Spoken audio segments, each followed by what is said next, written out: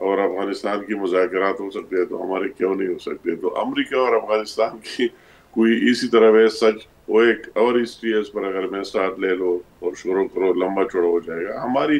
ہماری اور اس کے ساتھ کوئی نہیں ہے. ہم نے تو ان کی اتنی ہم تو یہ سمجھتے ہیں کہ ہماری دوستی ہونی چاہیے، اچھے تعلقات ہونے چاہیے، مگر یہ بات اس بات کو ان کو سوچ لینا چاہیے.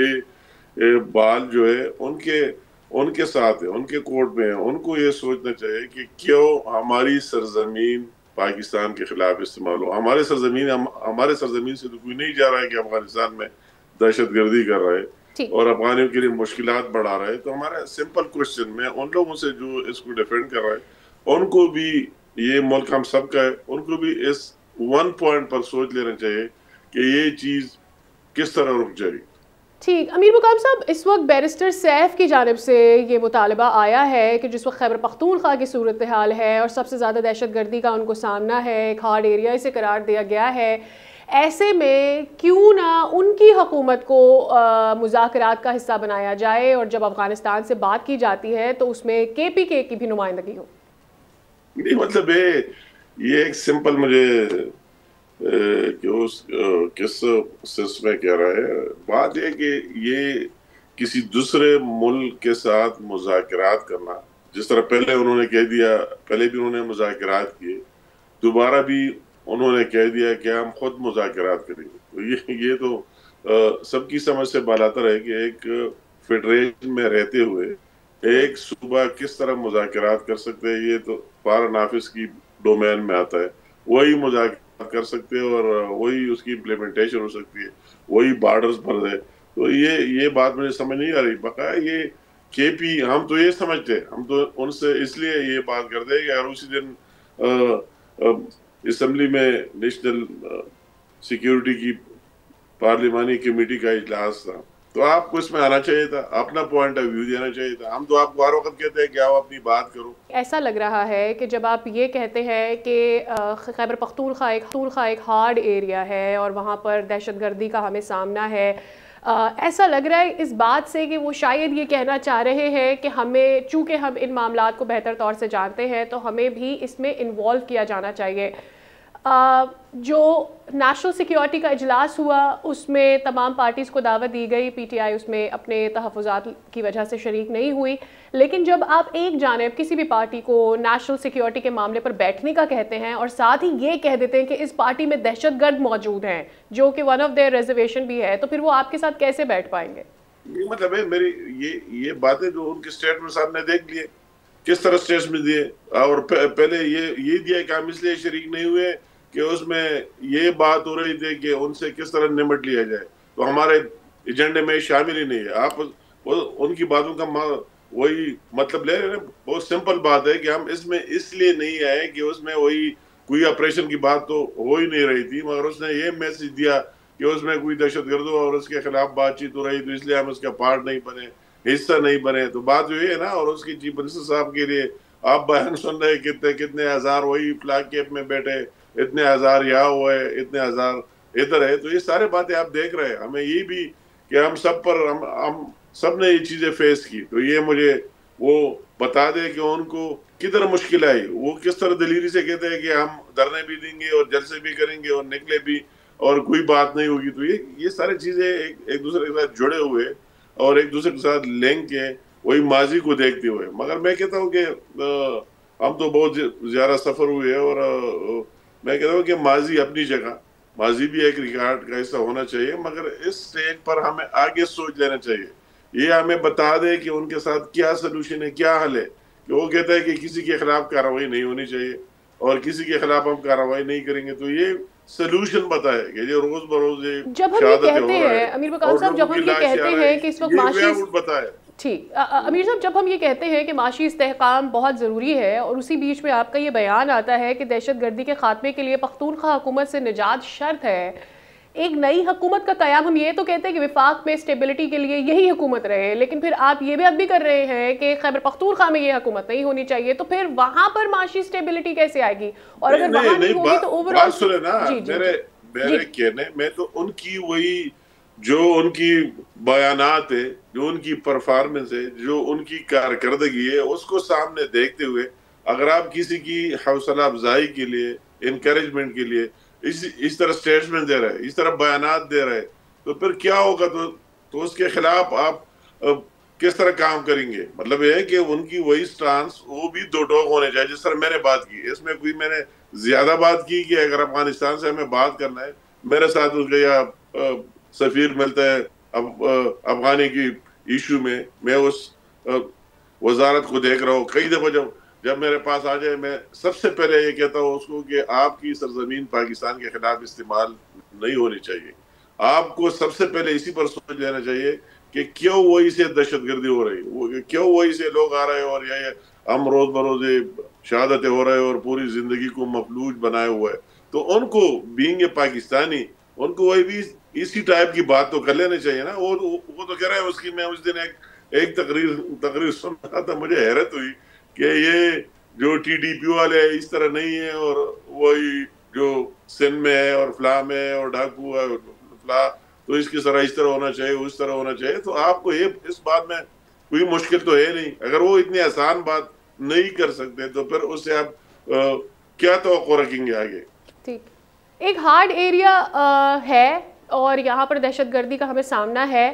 ایسے میں آئی جی کے پی کا یہ خط سامنے آتا ہے، علی امین گنڈر صاحب کو انہوں نے لکھا ہے، اور وہ یہ کہہ رہے ہیں کہ جس طرح بلوچستان کا جو سیلری پیکج ہے، بالکل وہی پیکج جو ہے خیبر پختونخوا کے لیے بھی ریلیز کیا جانا چاہیے.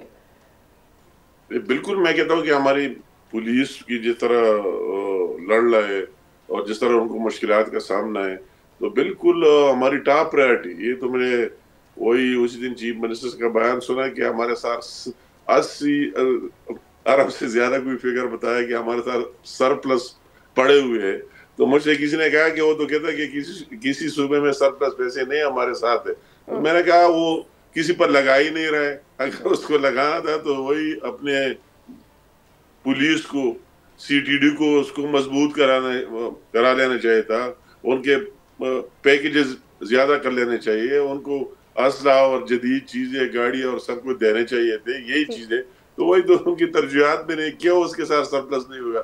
جو اس کو جس چیز میں لگانے تھے ان کو لگا رہے، درنو شرنو ادھر ادھر جو بھی ہے. میں اس میں جانا نہیں چاہتا ہوں. اور کہتے ہیں ہمارے ساتھ سرپلس، تو وہی تو کوئی کام کر ہی نہیں رہے. تو بالکل ان کا جائز ڈیمانڈ ہے، میں اس کو سپورٹ کرتا ہوں. ان کا جائز ڈیمانڈ ہے. اور جو 1% ابھی تک انیفسی ایوارڈ میں کے پی کے کو مل رہا ہے زیادہ، اسی لیے مل رہا ہے کہ اپنے پولیس پر خرچ کرو، اپنے سیکیورٹی پر خرچ کرو. اس طرح نہیں کہ دوسرے چیزوں پر آپ خرچ کریں. تو بالکل ان کا یہ ڈیمانڈ بالکل جائز ڈیمانڈ ہے اور ان کی اسپیشل کیئر کر لینا چاہیے. ٹھیک، لیکن اس سے پہلے ہم نے دیکھا کہ علی امین کنڈاپور صاحب کی جانب سے یہ گلا بھی کیا گیا کہ جو ڈیو فنڈز ہے ان کے صوبے کے وہ انہیں نہیں مل رہے. اور اب ایک گلا ہمیں سندھ سے بھی نظر آ رہا ہے کہ وفاق ان کے فنڈز نہیں دے پا رہے. ادھر سندھ میں تو 100 ارب کے معاملہ بڑا گرم ہوا ہے. تو جب ہم یہ کہتے ہیں کہ صوبے آزاد ہیں اور اپنے فنڈز کو یوٹیلائز کریں، انیشیٹیوز لیں، تو پھر وفاق کی جانب سے اس طرح کی روک آ جاتی ہے. کیا سمجھتے ہیں آپ، اس کا کیا حل ہے اور یہ کیسے فنڈز ریلیز ہوں گے تاکہ یہ ہم اس سے آگے نکلیں، یہ بیوروکریسی میں نہ پھنسیں؟ نہیں پلیز سعدیہ، مجھے سنیں، آپ نے بہت اچھا سوال کیا. اگر ایک تو وہی جو ہمارے واجبات ہے اور جو ہم کلیم کر رہے ہیں کہ ہمارے اتنے بقایا جات ہیں، میں بھی اس صوبے سے ہو، ہماری سب کی خواہش ہے کہ ہمیں وہ مل جائے. جس میں عمران خان نے بھی 4 بجٹ پاس کیے، مگر اس کو اسی میں کوئی چیز ملی نہیں، کیونکہ کے پی کے میں بھی گورنمنٹ تھا اور یہاں بھی تھا، تو اس نے بھی اسی میں ناکام رہا. ایک تو وہی ایشو اپنی جگہ، ہماری سب کی ڈیمانڈ پہلے بھی تھا، اب بھی ہے اور آئندہ بھی رہے گا. مگر یہ جو ابھی آپ دیکھ رہے ہیں صوبوں کو جو بھی چیز مل رہا ہے انیفسی ایوارڈ کے تحت، اس میں کے پی کے کو بھی ٹھیک ٹھاک مل رہا ہے. مجھے کے پی کے والے یہ بتائے، اس کی گورنمنٹ یہ بتائے کہ اگر آپ کو مرکز سے نہیں مل رہا ہے تو آپ تنخواہ کدھر سے دے رہے ہو.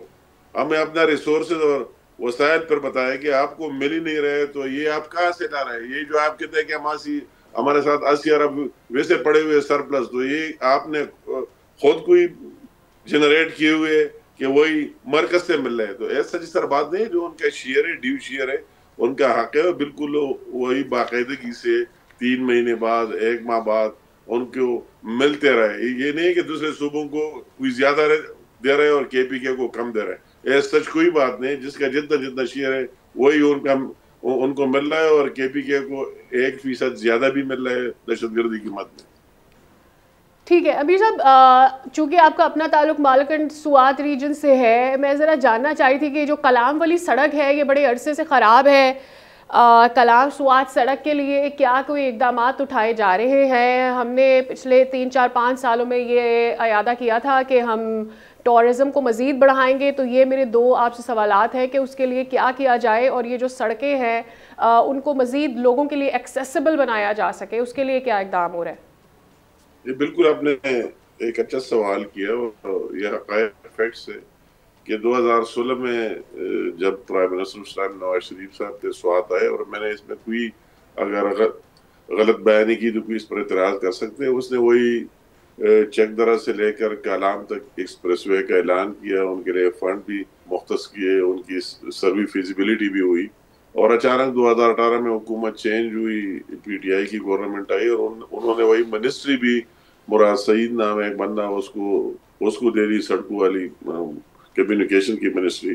بدقسمتی سے وہی دونوں پروجیکٹ جو اس علاقے کے تھے, یا خواجہ بشام ایکسپریس وے تھا یا چک درہ کلام, انہوں نے 2018 میں اپنے PSDP اور اپنے پروگرام سے نکال دیے. وہ تو ایک اور بات ہے, نکال کر رکھ دیا. آپ کلام کی ایگزسٹنگ روڈ کی بات کرتے, انہوں نے نکال دیا اور پھر کہتے ہیں کہ ہم خود بنائیں گے, ابھی تک بنا ہی نہیں دیا, اس کے چک درہ کے آگے گئے ہی نہیں. وہ ہمارے اپنی جگہ ایک بدقسمتی رہی. مگر جو کلام کی ایگزسٹنگ روڈ ہے, آپ کو یاد بھی ہوگا, اگر آپ کبھی وہی آئے سوات, تو یہ روڈ وہی سے لے کر مدین سے لے کر کالام تک بنائے بھی گئے تھے, مگر بدقسمتی سے جو لاسٹ فلڈ آیا, وہ جو آپ نے دیکھ لیا ہے کس طرح بہا کے سب کو لے کے گیا, جو ریسنٹلی لاسٹ فلڈ آیا, تو اسی فلڈ میں جو ہماری گورنمنٹ تھی PDM کے دور میں, وہ روڈ بالکل کٹ اپ رہا, بند رہا. پہلے سے بنا ہوا روڈ سارا واش کر گیا. پرائم منسٹر صاحب کو بھی میں وہی لے کے کالام ہم گئے, اور کافی لمبے عرصے تک وہی روڈ بند تھا. ریسٹوریشن کے لیے بھی سارے وسائل استعمال کیے گئے, NHA نے, دوسروں نے, افواج پاکستان نے, اور سارے مل کر اس کو ریسٹور کر دیا. ابھی ہمارے پلان میں اس کی کئی مینٹیننس کی ٹینڈر وغیرہ ہو چکے ہیں, ان کے بریجز جو درمیان میں رہ گئے تھے ان کے بھی ٹینڈرز ہو چکے ہیں, اور ہم اسی پر سوچ رہے ہیں بار بار کہ اس کی الائنمنٹ کو چینج کر دیا جائے, یہ نیچے دریا سے لے کر اوپر لے کے جائے, تو اس پر بھی کام ہو رہا ہے.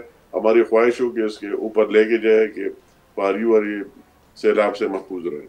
ٹھیک, بہت شکریہ امیر مقام صاحب, آپ نے ہمارے پروگرام کے ڈالا. یہاں پہ وقت ہو گیا بریک کا, بریک سے واپس آئیں گے تو بات ہوگی ذرا کرکٹ معاملات پر بھی کہ کرکٹ کس طرف جا رہی ہے, اور اگر ایسے ہی چلتی رہی تو کیا ہم اور چھوٹی جو ٹیمز ہیں ان سے بھی ہارتے ہوئے نظر آئیں گے, اور آگے فیوچر کیا ہے اس ٹیم کا, اس پر بات ہوگی. کہ ہمارے ساتھ رہیے.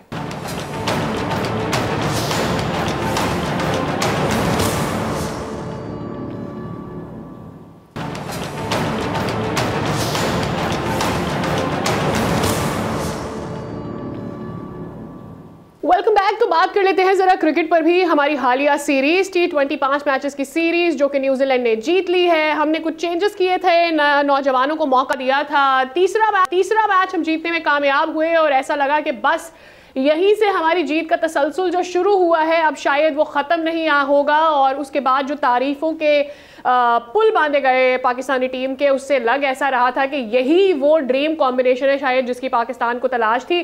لیکن اگلے ہی میچ میں یعنی چوتھے T20 میں ہمیں ریکارڈ مارجن کے ساتھ 115 رنز, یعنی ہم آدھے رن بھی نہیں اچیو کر سکے جو نیوزی لینڈ نے ٹارگٹ دیا تھا, اور ہم بری طرح سے نیوزی لینڈ سے ہارے. اور اس سے سارا کچا چٹا کھل گیا کہ بھائی ہم کہاں کھڑے ہوئے ہیں, اور ایک پلیئر کے اوپر اگر آپ ڈیپینڈ کریں گے تو اسی طرح سے ہوگا. تیسرے میچ میں حسن نواز کی شاندار سینچری, سب نے کریڈٹ لینا شروع کر دیا, اور اس کے بعد پھر اگلے ہی میچ میں جب وہ ناکام ہوئے تو سب کے منہ بند ہو گئے. پاکستان کرکٹ کہاں جا رہی ہے, اور کیا کوئی پرسان حال ہے نہیں ہے؟ ہمارے ساتھ سیر تنویر احمد صاحب موجود ہیں. بہت شکریہ تنویر صاحب, آپ نے وقت نکالا ہمارے پروگرام کے لیے. کیسے ہیں آپ؟ جی بالکل سب ٹھیک ٹھاک, فرسٹ کلاس.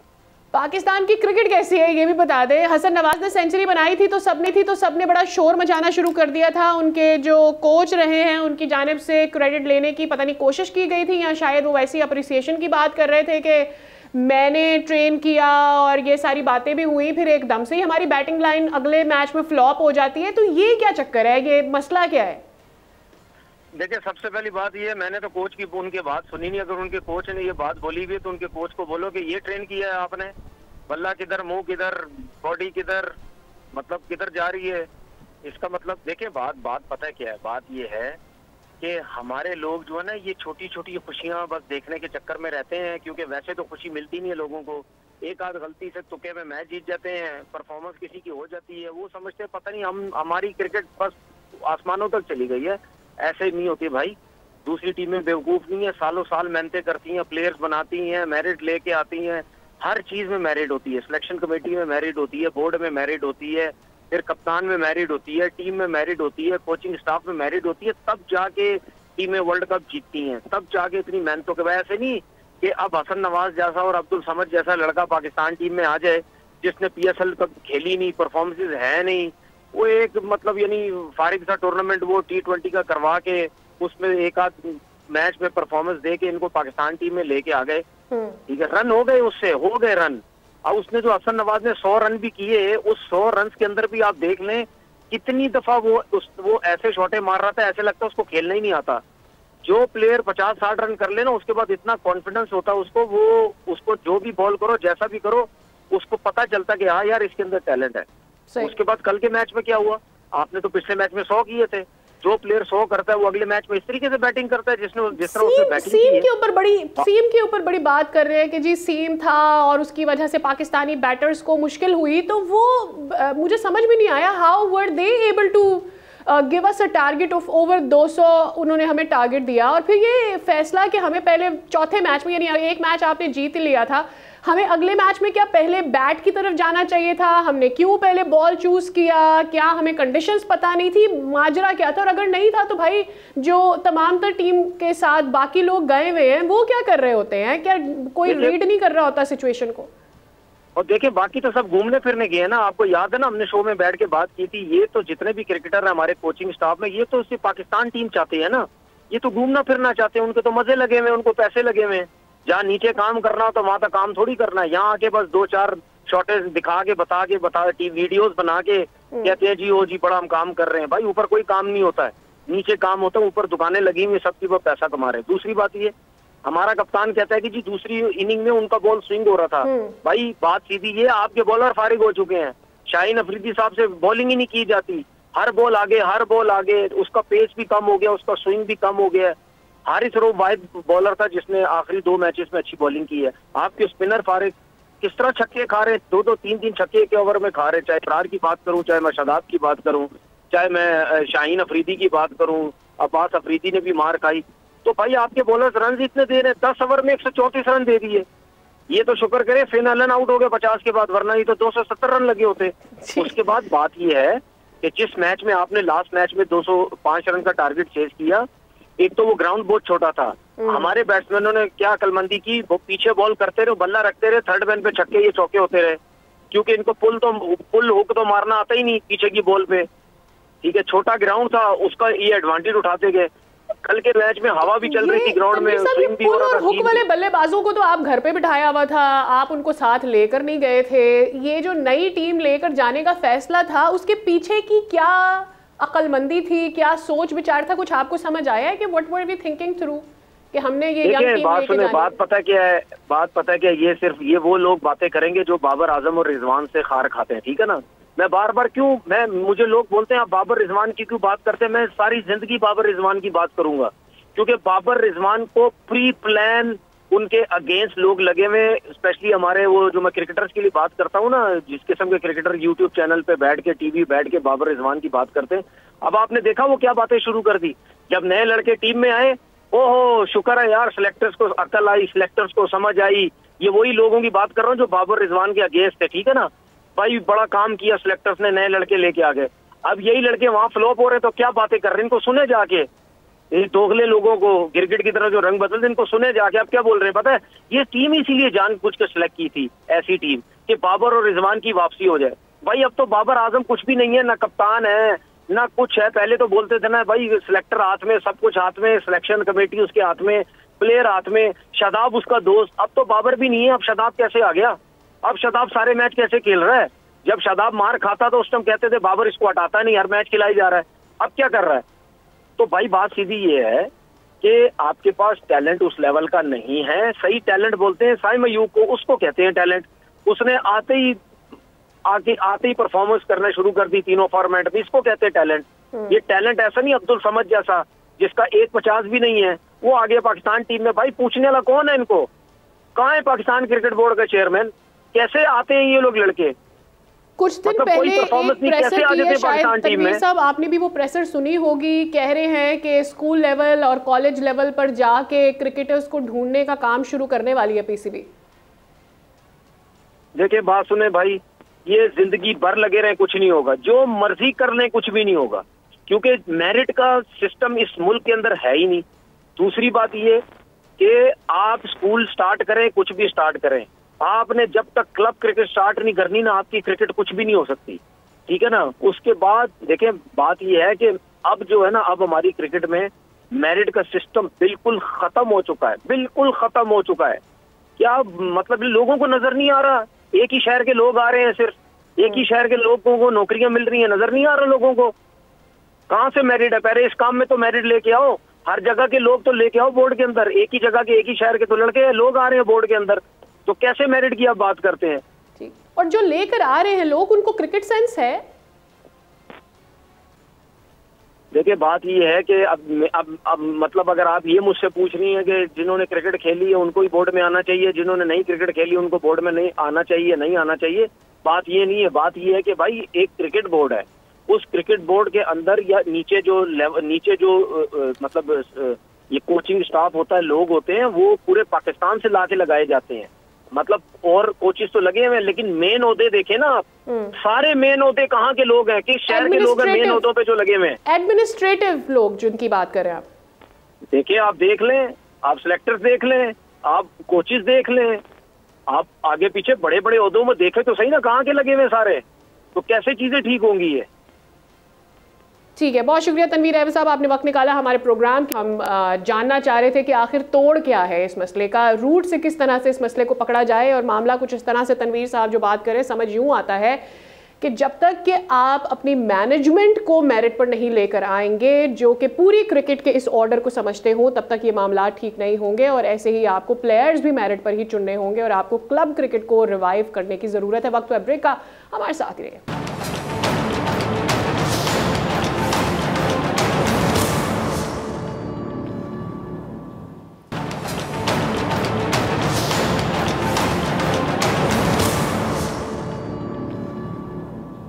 پروگرام میں آپ کو کہتے ہیں ایک بار پھر خوش آمدید, اور یہ بتائیں کہ سکھوں نے بھارت سے علیحدگی کا فیصلہ کر لیا ہے, اور امریکہ میں کامیاب ریفرینڈم کا اسی سلسلے میں انعقاد کیا گیا. امریکی ریاست کیلیفورنیا کے شہر لاس اینجلس میں خالصتان کے قیام کے لیے ہونے والے ریفرینڈم میں ووٹنگ کا سلسلہ کامیابی سے اختتام پذیر ہو گیا ہے. اور اس موقع پر امریکہ بھر سے سکھ کمیونٹی بڑی تعداد میں ووٹ دینے کے لیے لاس اینجلس پہنچی, اور سیوک سینٹر میں صبح 9 بجے سے شروع ہونے والی ووٹنگ میں بھرپور شرکت بھی کی گئی. ریفرینڈم کے دوران سکھ رہنماؤں نے میڈیا سے گفتگو کرتے ہوئے یہ بھی کہا کہ اب وقت آ چکا ہے کہ سکھ اپنی آزاد ریاست قائم کریں. انہوں نے بھارتی حکومت پر شدید تنقید بھی کی ہے, اور انہوں نے کہا ہے کہ بھارت کی گولیوں کا جواب ہم اپنے ووٹوں سے دیں گے. اسی معاملے پر ہم بات کریں گے. ہمارے ساتھ موجود ہیں پریزیڈنٹ کانسل آف خالصتان تحریک امرک سنگھ صاحب. بہت شکریہ امرک صاحب, آپ نے وقت نکالا. السلام علیکم, ست سری اکال, کیسے ہو تسی؟ ست سری اکال, وعلیکم السلام. I'm in good health. So جو کچھ ہو رہا ہے وہ تھوڑے سامنے آ, تے whatever you want to ask me, please go ahead. جی, ابھی ریسنٹلی آپ لوگوں کا ریفرینڈم لاس اینجلس میں ہوا, سیوک سینٹر میں بڑی تعداد سکھوں کی وہاں پر آئی اور انہوں نے ووٹ کاسٹ کیا. شکریہ ادا بھی کیا ہے آپ نے ٹرمپ حکومت کا کہ انہوں نے اس اقدام کو ہونے دیا. یہ جاننا چاہتے ہیں کہ ایک بڑے ریفرینڈم کی جانب جو آپ جا رہے ہیں اگست میں, اس سے پہلے اس وقت خالصتان تحریک کہاں تک پہنچی ہے؟ اگر ہم صرف امریکہ کی بات کرتے ہیں تو اس وقت کیا صورتحال ہے؟ دیکھو جو اس ویلے کیلیفورنیا دے وچ یہ ریفرینڈم ہو رہا, یہ تو پہلا بھی انگلینڈ دے وچ ریفرینڈم ہویا, آسٹریلیا دے وچ ہویا, نیوزی لینڈ دے وچ ہویا, یورپ دے وچ ہویا. سو سارے ملک دے وچ جڑے تقریباً 8 ملین تو باہر سکھ ہوا, انہاں نے یہ چنگی طرح ਸਾਰੀ ਦੁਨੀਆ ਨੂੰ ਦੱਸ ਦਿੱਤਾ ਕਿ ਅਸੀਂ ਆਪਣਾ ਘਰ ਚਾਹੁੰਦੇ ਹਾਂ, ਅਸੀਂ ਆਪਣਾ ਘਰ ਚਾਹੁੰਦੇ ਹਾਂ ਇੰਡੀਪੈਂਡੈਂਟ ਖਾਲਿਸਤਾਨ, ਜਿਹਦੇ ਵਿੱਚ ਕੋਈ ਹੋਰ ਮੰਗ ਨਹੀਂ ਹੈਗੀ। ਅਸੀਂ ਆਪਣਾ ਖੁਦ ਮੁਖਤਿਆਰੀ ਚਾਹੁੰਦੇ ਹਾਂ ਔਰ ਅਸੀਂ ਉਸ ਨੂੰ ਦੁਨੀਆ ਦੇ ਸਾਹਮਣੇ ਕਲੀਅਰ ਕਰਕੇ ਦੱਸ ਦਿੱਤਾ ਆ ਕਿ ਅਸੀਂ ਆਪਣਾ ਘਰ ਲੈ ਕੇ ਰਹਾਂਗੇ। ਤੇ ਉਹਦੇ ਨਾਲ ਹਿੰਦੁਸਤਾਨ ਦੀ ਸਰਕਾਰ ਨੂੰ ਵੀ, ਬਾਕੀ ਇਸ ਵੇਲੇ ਬਾਹਰਲੇ ਮੁਲਕਾਂ ਦੇ ਵਿੱਚ